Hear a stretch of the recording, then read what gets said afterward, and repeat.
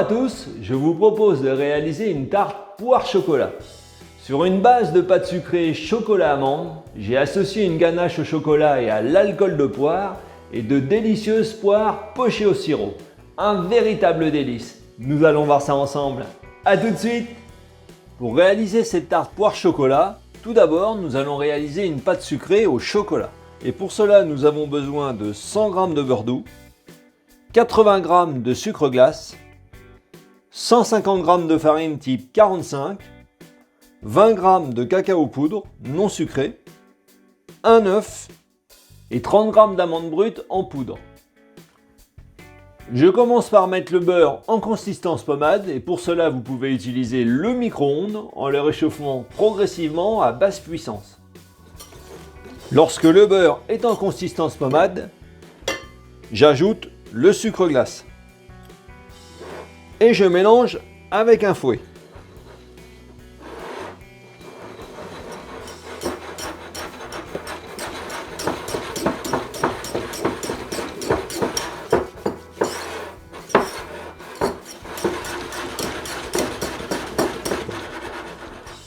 Je retire le fouet et je vais poursuivre la recette à l'aide d'une spatule.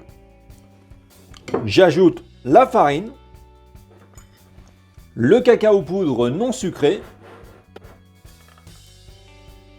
la poudre d'amande brute et enfin je casse l'œuf par-dessus. Je mélange. Donc on commence doucement pour éviter d'en mettre partout.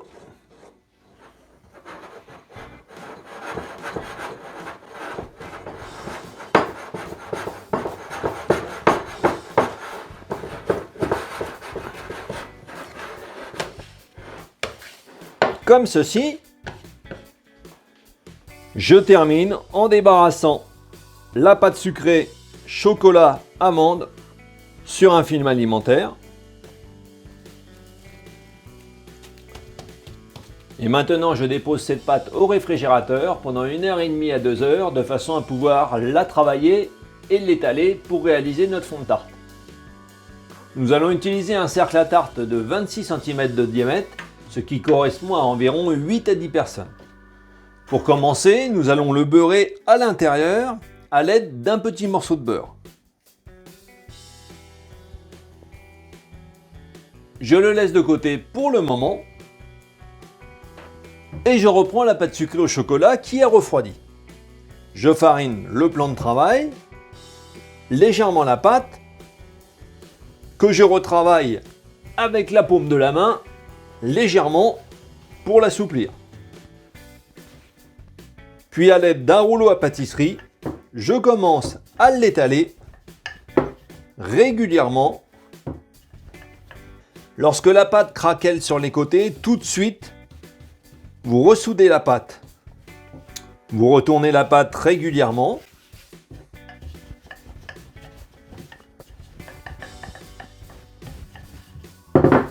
Nous allons l'étaler sur une épaisseur de 2 à 3 mm environ.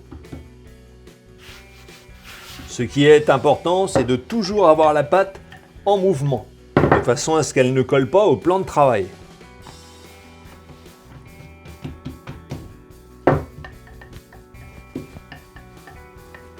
Je contrôle la dimension à l'aide de mon cercle.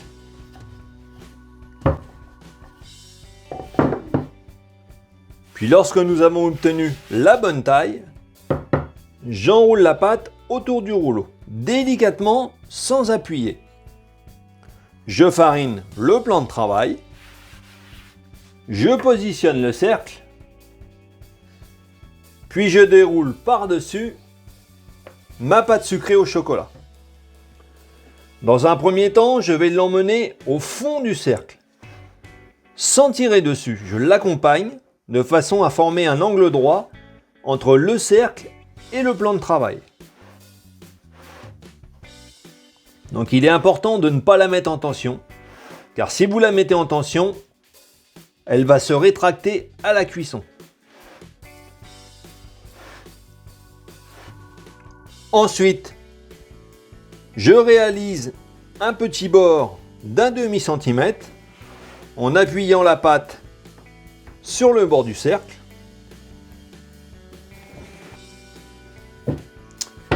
À l'aide du rouleau, je retire l'excédent. Puis je viens pincer le bord de façon à le remonter. Comme ceci.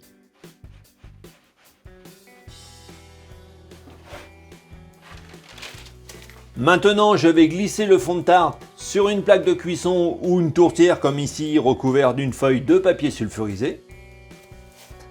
Donc je commence par glisser la tarte sur le papier sulfurisé. Puis maintenant, je glisse le papier sur la tourtière.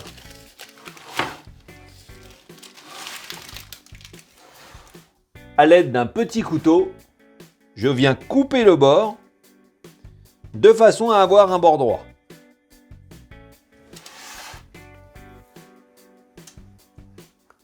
Maintenant, je vais placer ce fond de tarte au réfrigérateur de façon à ce qu'il se reprenne complètement et je vais donc le laisser au minimum 1 heure. Ensuite, nous pourrons procéder à la cuisson. Pour réaliser les poires au sirop, nous allons utiliser 1,5 litre d'eau, 350 g de sucre, qu'il soit semoule, cristal ou en morceaux, et 6 à 7 poires. Donc prévoyez plutôt large, il est toujours mieux d'en avoir assez, de façon à ne pas manquer de poires au moment du montage de la tarte.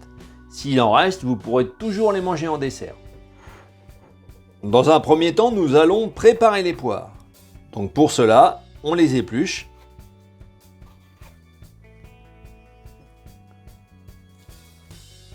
On les coupe en deux. Puis on retire le cœur.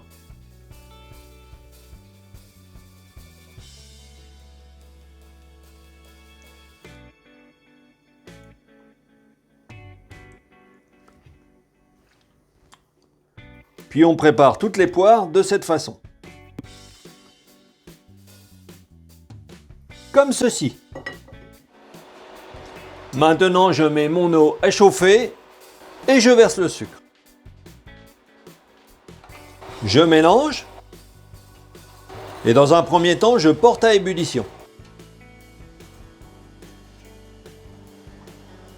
Puis dès lors qu'on arrive à ébullition, on va réduire la puissance de façon à ne conserver qu'un frémissement.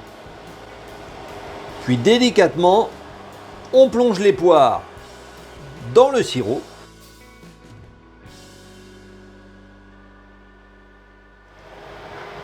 Puis dès lors que le frémissement est atteint, je couvre les poires et je les laisse pocher pendant 15 minutes. Voilà, au bout de 15 minutes, les poires sont pochées. J'arrête mon point de chauffe, je laisse le couvercle et je laisse refroidir les poires tranquillement dans leur sirop. Après refroidissement, nous allons délicatement égoutter les poires sur une grille. Donc on fait attention de ne pas les abîmer. Et je les laisse égoutter tranquillement. Après repos et refroidissement, nous allons cuire ce fond de tarte à blanc. Donc pour cela, je prends un papier sulfurisé que je mets dans le fond de tarte. Puis je vais le remplir de noyaux spécial cuisson comme ici, ou à défaut, vous pouvez utiliser des haricots secs.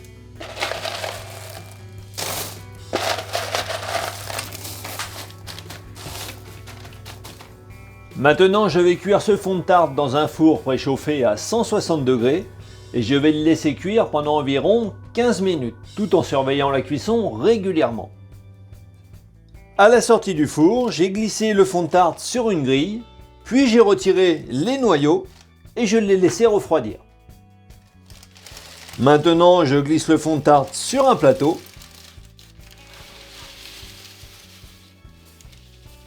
Et je retire le cercle.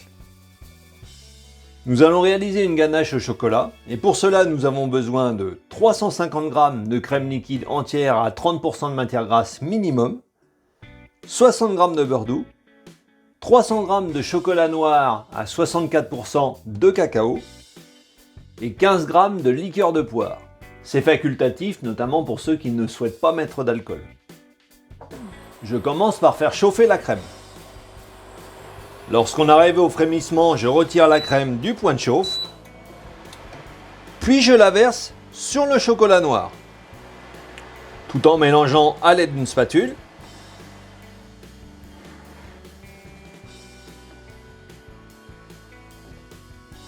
Ensuite, j'ajoute le beurre doux et je mélange jusqu'à ce qu'il soit complètement fondu. Et enfin, je termine par l'alcool de poire. On a une ganache qui est bien fluide, bien mélangée. Il ne me reste plus qu'à couler la ganache dans le fond de tarte, délicatement.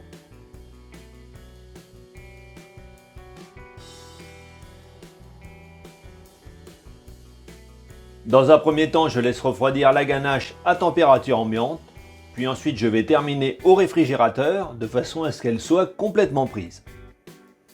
Lorsque la ganache est prise, nous allons pouvoir procéder au montage de la tarte. Donc je ressors les poires pochées au sirop, puis je vais les couper en lamelles assez grosses. Donc une demi-poire, je la coupe en deux, puis ensuite chaque partie en trois. Je reprends chaque lamelle et je viens les positionner en les superposant. Je conserve les parties les plus petites pour le milieu.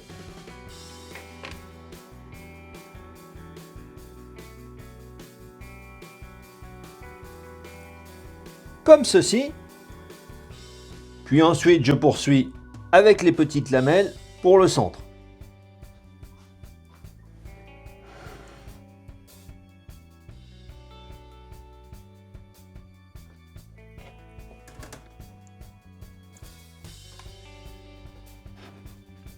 Puis pour finir, à l'aide d'un peu de nappage bien fluide, je vais lustrer les poires en me servant d'un pinceau.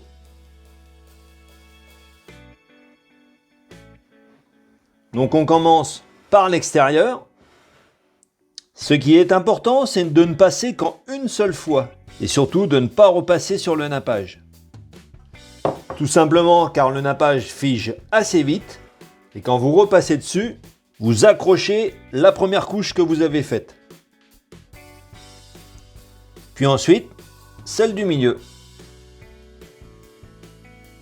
Comme ceci, notre tarte poire chocolat est ainsi terminée. Pour la dégustation, je vous conseille de laisser la tarte pendant 1 heure à 2 heures à température ambiante, de façon à ce que la ganache se ramollisse légèrement pour avoir une tarte qui soit bien onctueuse.